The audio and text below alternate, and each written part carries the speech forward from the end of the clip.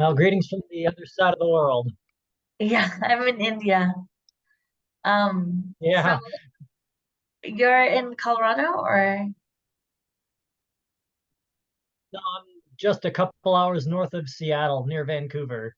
Oh, okay, okay.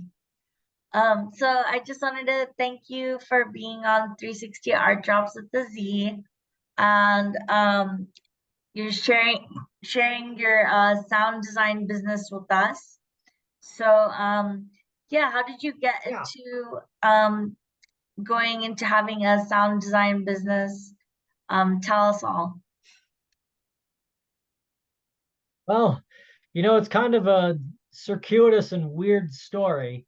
So, almost 10 years ago, I was living down in San Diego and I was just trying to, find some work. I was struggling as a musician, temping, and living in downtown San Diego. And one of the little side things that I was doing while I was making music and trying to find extra work was I was just designing some sounds and getting familiar with some software that I had for music making. Uh-huh. And as I was just making sounds and like replicating sounds from artists that I like to kind of learn the fundamentals of this program that I had. And Uh-huh. I just started saving them. And at one point, I just thought I'd try pitching them over to an online marketplace that sells sounds for musicians and things. And they said that the sounds were really good, but that the particular software synthesizer that I was using was too niche and too obscure for them to be able to sell and make any kind of a profit on their marketplace site. So they, politely turned me down, but said if I made sounds for any more popular software synthesizers that I could pitch those to them and they'd sell them. And because of all that and the effort and all that, the gal I was living with said that I was just kind of wasting my time with that and that I needed to focus on other stuff. So I kind of put that back on the shelf for a while. And then What not too much software were later, you when I moved back up using? to Washington, What softwares and that all were you particular using? program, that particular one was a program called Adam Jaba's JP6K. It's Okay. a software recreation of the JP8080 over here, the JP8000. It's, a big trance synthesizer. So I Okay. was just recreating famous from trance songs, like Tiesto's remix of Silence, stuff like that. I was just recreating those kinds of sounds on it. And yeah, so I just had this big collection of sounds just sitting on my hard drive. And after I moved back from California back to Washington State, I had my artist website up and I was, kind of using it as a launch pad for my music act and so on. And so at the time, at that particular point, the hosting company was offering a commerce part of the site so you could sell products on there. And I just thought, what the hey? I'll just put up these sounds and make them available for sale, make a little demo, and then just see how that goes. And so I started doing that in 2017, I guess. And Uh-huh. so I was just selling, a handful of these things that I made in like 2015 just for funsies. And I was making, $20 here and there, like every so often. And then in 2016, I started buying all this hardware. I started working in IT, started making like some good money. So I started Uh-huh. buying actual like hardware versions of all this software. And I started just making more sounds and using sounds. And the sounds that I was buying that other people were making weren't quite cutting it for what I wanted for my own music. So I started just designing my own sounds and using the same principles that I was using back on the software to do the same thing. And in 2019, yeah, early 2019, I started designing sounds for this particular synthesizer called the Waldorf Blofeld. It's a really difficult synthesizer to work on, but I started making good sounds on that, and I made enough of them that I Uh-huh. thought I could try selling on my website and see how that goes. And so I put that up, and almost right away, I started making a bunch of money really quickly because everybody liked those sounds. So then I made a couple more collections of these sounds here and there for like psytrance and for dubstep and other things, just making them here and there. Uh-huh. And it was in 2020, right in like the middle, right around the beginning of the pandemic. I moved in with this gal over in Eastern Washington, Uh-huh. and she asked me to replicate this bass sound from a dubstep song that she really liked on Uh-huh. this other synthesizer that I've got right here, the Virus. And so, just for fun, I did that and I recreated the sound that she liked in a couple of minutes. And she just told me straight up then that I needed to stop everything else that I was doing and just focus entirely on sound design Uh-huh. and make different collections of sounds totally just for individual genres of music. So like one for dubstep, one for rock and roll, for rock keyboards, one for, techno, that sort of thing, and to focus on doing that for all of the synthesizers that I have Uh-huh. because a bigger customer base means more revenues. And so I Uh-huh. followed her advice, and suddenly instead of making like 20 bucks a year, I started making like 400 bucks a month, and then it's just been snowballing since then. And Nice. sales have just gone like straight up pretty much since then. And so Uh-huh. I've been scaling up my business and borrowing bits and pieces of equipment from friends to make more sounds and purchasing other bits of gear when I can find something at a good deal. Nice. That's very good. Like, what a cool story. Where you started Yeah, from. it's been kind of a wild journey here. Yeah. Um, so what are like the key skills that you use to become successful? Just replicating the sounds for every different synthesizer. Is that was that your main strategy? My my original goal was just kind of to recreate sounds from songs that I liked so that I could try to use them in my music and adapt them as I needed to for my own music. What I've kind of come to figure out as kind of a paradigm is learning about what it is that people really want out of their music and what they want out of these tools that they're buying in order to make their music. And a Uh-huh. lot of and early on, a lot of people what they want is to sound like their heroes. So making sounds that sound like familiar songs and songs that people like that are already guaranteed to be good sounds is kind of my initial goal. And then from there, I like to make enough diverse sounds outside of that that people have something more to experiment and explore with. And then the other side of the success that I've kind of found that's really helped is appealing to a wide range of users. So instead of just focusing on one particular genre or one particular piece of gear, I alternate from piece of gear to piece of gear and I reach out to different genres of music so that way I'm kind of touching a lot of different customers. And Uh-huh.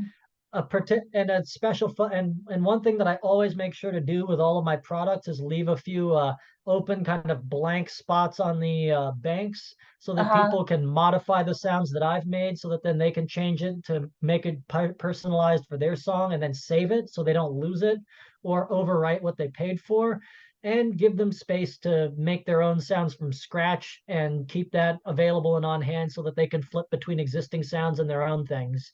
So Oh, I nice. give them building blocks to use kind of preset sounds and the tools to make their own thing. So it's kind of a Lego style approach where you get the instructions to build the Lego set, but you can also be creative and do your own thing entirely on your own Are and you not lose also any of the essential pieces.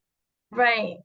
Are you also making a lot of your own tracks and do you collab with other people on that or are you just doing the building block style? For a few years, I was basically just doing the presets and, the building block stuff. But I've been in the last year and a half, I have been getting back into making and releasing my own music. And back in 2021, I did a remix for a Canadian artist through my Psytrance alias. And I used a lot of sounds that I designed on a couple of these synthesizers for that song. And it's been getting a good response from other DJs and producers. Nice. And this year I just released a little free track for funsies. That one's on YouTube. It's a remix of an old song that I like that I wanted to update for kind of modern listeners. And I've got a bunch of remixes and original music coming out on a couple of my music acts as well. So I've got a lot of new music coming out progressively over the course of this year. And as soon as I get back from a trip to Europe that I'm leaving for in a couple of days, I've got another Uh, release that I'm going to get scheduled to come out as well. how does everyone find you for everything, for all of these different services? Most people find my stuff either through Facebook groups, is where I do most of the promotion for my products right now. But I Uh, also have a YouTube channel and I've got a bunch of things on SoundCloud so that people can, surf around to look for presets for their synthesizers and they're going to find my stuff. And it all redirects back to my main website, kulshanstudios.com, how so do you that they spell can that? then actually go and KULSHAN studios.com. Okay, okay. Um, so Yeah, I named that after It's the indigenous name for Mount Baker, the big volcano that I live next to. oh, okay. Yeah, I know Mount Rainier, but I didn't know that place. Yeah, Mount Baker's also original name was Coma Colshan, and so a lot of local businesses in the area call themselves Colshan, etc., brewing, whatever. And so I Oh, went with okay, okay. Colshan Studios because it's relevant. I live like 40 kilometers away. Oh, okay. Nice, nice. So, like, how do you keep a balance between, all these different projects that you're doing? Do you like, I saw that you were, like climbing like snow mountains and like, doing this outdoor stuff. Like, how do you like manage to like keep a balance between your responsibilities and keeping active and also producing. It's it's a lot of creative time management. Let me tell you, I try to schedule in like 1 or 2 hours of sound design a day if I can. Otherwise, I'll rotate on a daily basis through tasks and do sound design one day, product like artwork development and music writing on another day. Climbing, I can only really squeeze in once a week. So maybe on a Saturday or a Sunday, I go out for about 12 hours and do that, and then I come back and then I just get back kind of into a cycle so that I've got a fairly consistent routine that I'm going through so that I don't get burned out doing one thing doing it too often, and I actually can get things accomplished in a fairly consistent schedule. Oh, nice. Do you go climbing with a bunch of And friends or climbing by yourself? I also have kind of a templated system. Right, because you Pardon? were in IT and stuff. Yeah, Do you go climbing with your friends or you go climbing by yourself or You, I when he before he left for Europe, I was climbing with my brother on some weekends. Other weekends, I go climbing with some friends and local climbing partners. I try not to climb by myself if I can help it, because the mountains around here are notoriously dangerous, and you don't want yeah, to it get looked lost or injured dangerous. up I was here in the like, North wow. Cascades. Yeah, it Yeah, looked I've almost dangerous. died before, and I don't want to do that again. Yeah. Um, where do you see the music industry headed now and all this AI stuff? And, how are you staying relevant and making sure that, look, your business is going to be, you know, it's, it's withholding itself. Yeah, it's a very interesting and strange place to be in the music industry right now. I know that AI generated music and AI related tools are definitely going to become a mainstay as far as how it goes. That's inevitable. I think for all of us music producers, even electronic ones, the human element to the music is really what's going to kind of keep us relevant and keep us alive, and focusing on bespoke and personalized experiences. Uh-huh. And for the time being, like my sound design work and such is something that only a person can really do right now, because a lot of this hardware is interface. Um, it can be managed with software remotely, but but replicating sounds and creating musically pleasing sounds is still something that a machine doesn't quite understand, because what sounds good to one person may not to another. So there's a lot of this human subjectivity that's a component of good sound design.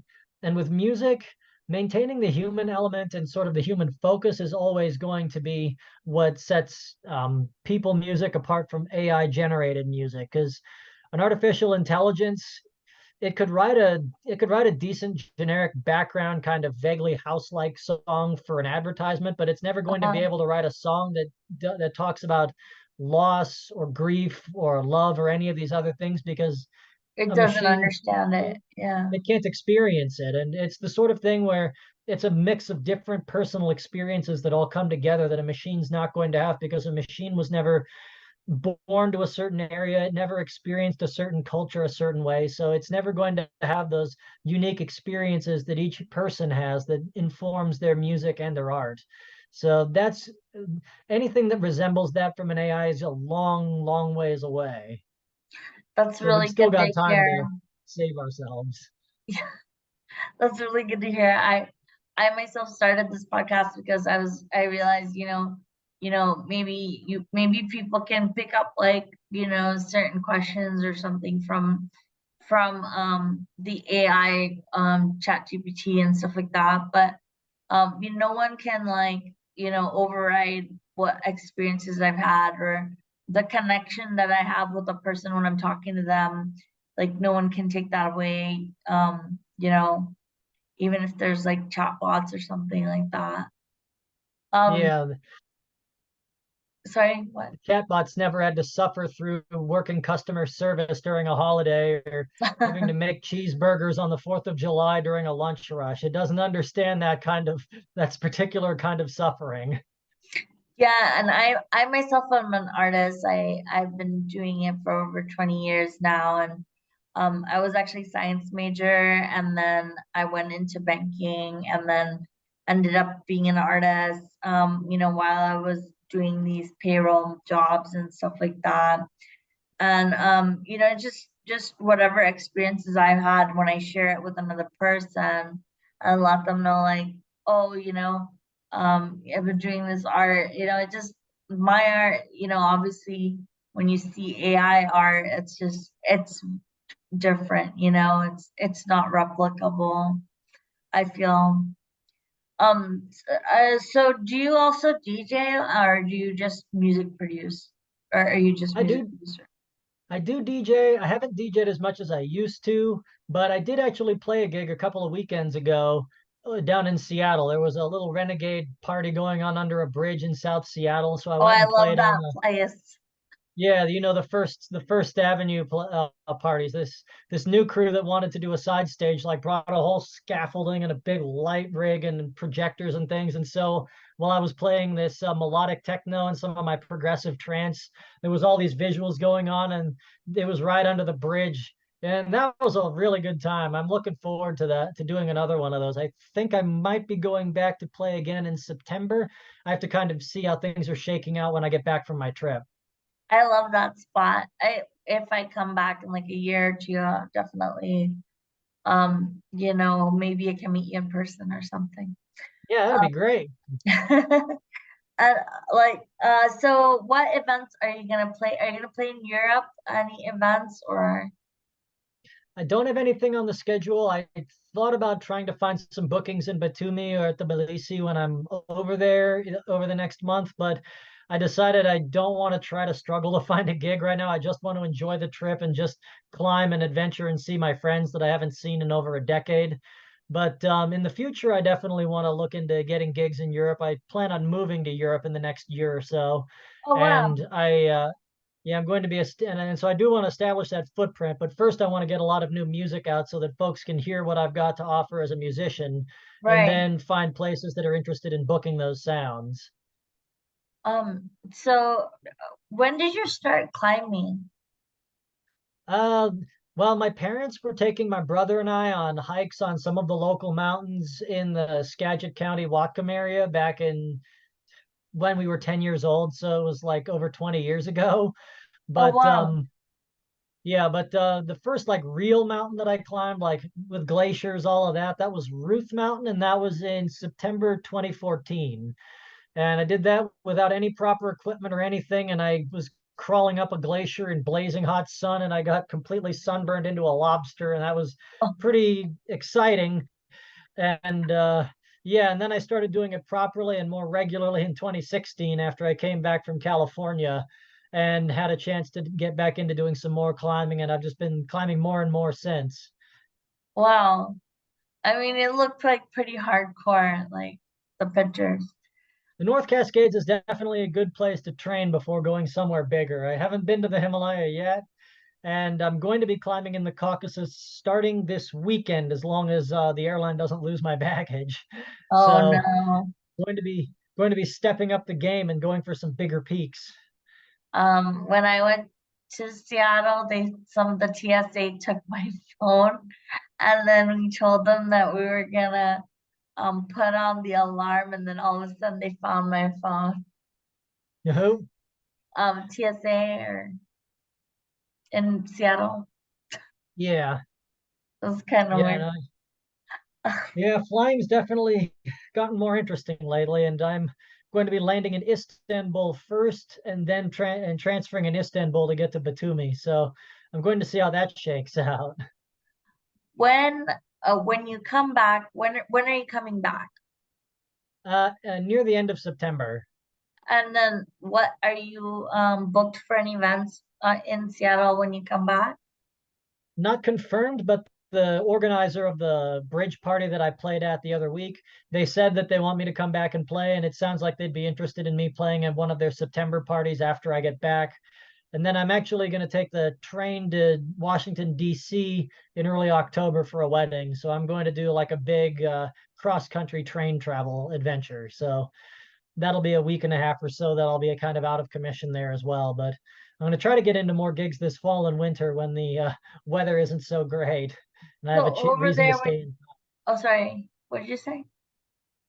I'm just gonna I'm gonna be traveling as much as possible while the weather's decent, and then wait until the weather gets colder and wetter before staying inside and playing club events and stuff. Oh, okay, okay. And then, so after your trip, your 1.5 week trip, are you planning on playing on the other side? I'm gonna try. I'm gonna see how it goes. I have to reconnect with a lot of promoters. The scene has changed a lot since I used to play out regularly. I got my start DJing back in 2010 over in Spokane, and I played, and most of my gigs were between 2010 to 2013. Then the scene out there started kind of to taper off, and then after I moved to California, I came back. I played a couple of good gigs, but they kind of slowed down a bunch, and a lot of the promoters that I used to know retired. And now most of the promoters that I know have retired and or moved away. So I Uh-huh. don't know as many of the people in the scene at the moment. So I need to reconnect with people and go to events in other places. And I may Uh-huh. just have to go to more clubs properly in order to connect with the promoters at actual clubs there instead of just underground rave people, because there's Oh, fewer of okay. those now than there used to be. Oh, okay. Um, um, so, how many other hobbies do you have, and how many right now you're just relying straight up on your sound design business to support yourself? I've got a number of different hobbies. I cook international dishes, so I like to try out making new dishes. Thai red curry soup is kind of one of my favorites to cook, and I make Georgian food as well. Little bit of kind of craft cocktail making. I like to have fun with some foreign things, chartreuse, that sort of thing.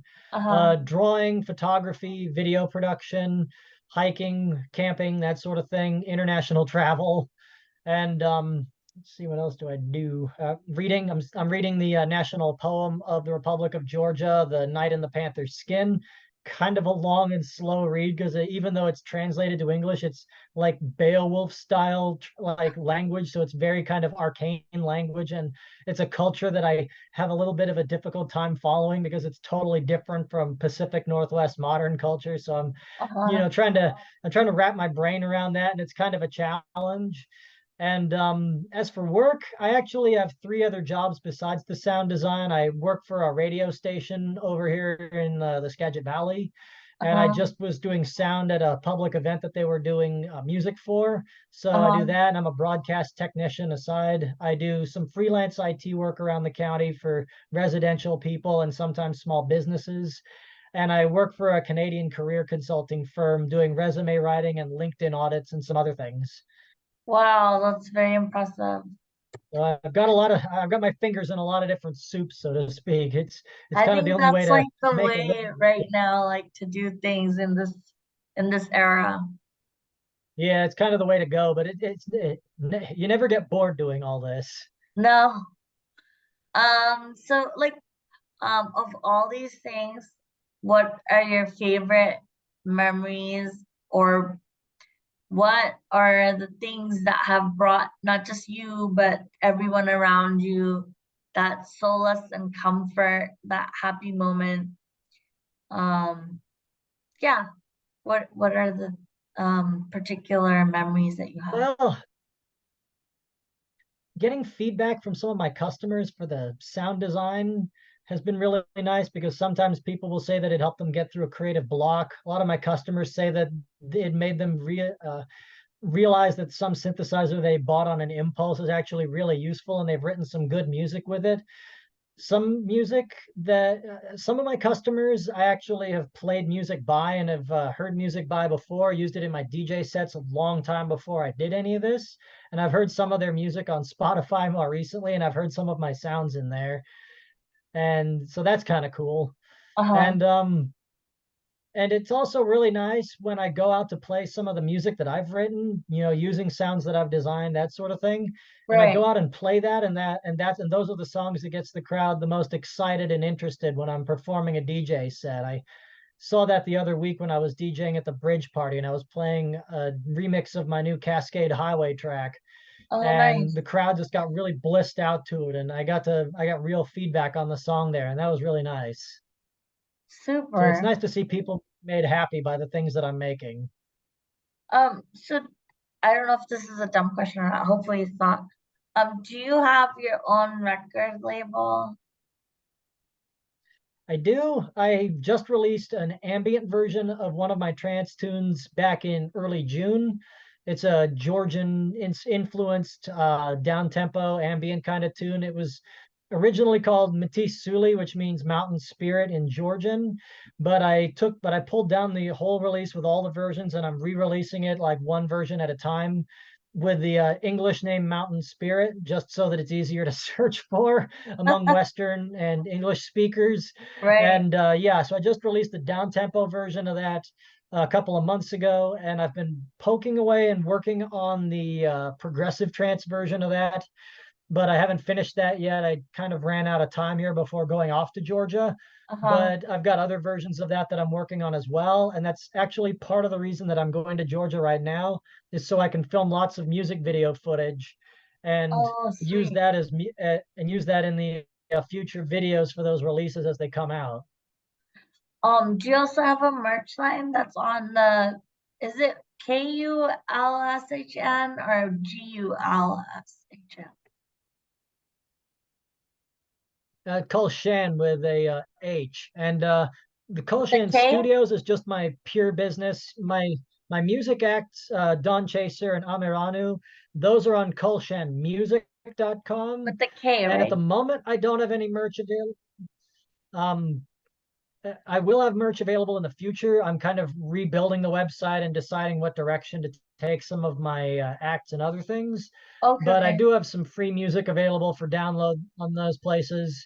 And eventually I'll have, t-shirts and some other basics up there as well. But right now I just got to get some more music out so I've got something to promote. I think you should just like enjoy your trip when you're out there and just like soak it in and like then when you come back, you said that you were gonna make some more. I think it's not a bad idea to just soak it in because I know when sometimes I go places and then like I want to like work on something, but it would just be better if I just soaked it in and just like enjoyed that Yeah. moment. Yeah, yeah. I mean, filming the video footage was always my plan anyway, because I film mountain climbing routes for peaks that are not super well known. So I had that as Oh, my plan anyway. So I'm oh, just going to super. kind of use what I'm already going to be doing anyway. Yeah, so everything kind of works and meshes together into one holistic sort of unit.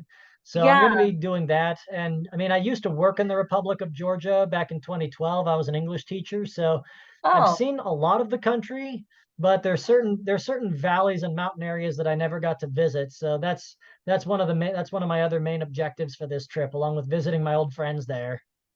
oh, super. Yeah, so that'd be cool, like all your footage, intertwined with all the other projects that you're doing. That's cool. Yeah, So, yeah, it's kind of nice to be able to just kind of mix everything together. yeah, and it'll give your music that feel because it's like all the nature that you're connected to. Mhm. Is there anything else that you want to share with us before we get off? Like any advice or um anything? Well, for anyone else out there that's interested in getting into doing sound design and trying to make a go of that as a business or even just a gas money and coffee money kind of hobby, find a niche that no one else is really exploiting and take advantage of that. The I got my start doing this with a Waldorf Blofeld because there was basically no one else doing sounds for commercial dance music genres for that. And so that was my starting point, and that's where I've been going with everything else that I've done. But there's a whole lot of other electronic music instruments out there that nobody's done sounds for. And taking advantage of those like empty spots in the market and reaching out to people that make more commercial genres can give you an edge and position you in a way that means that nobody else will be able to really keep up with you. So you can actually, turn that into a career if you so choose. Because Uh, eventually, what I would really like to do after doing tons and tons of sound banks for all of these is eventually migrate a little bit into doing sound design for film, or at least with collaborating with composers. Because I've got friends, Facebook friends, musical influences, and so on, guys that used to make trance back in the early 2000s who work with Hans Zimmer, and some of their sounds are in the Dune movie and in Top Gun.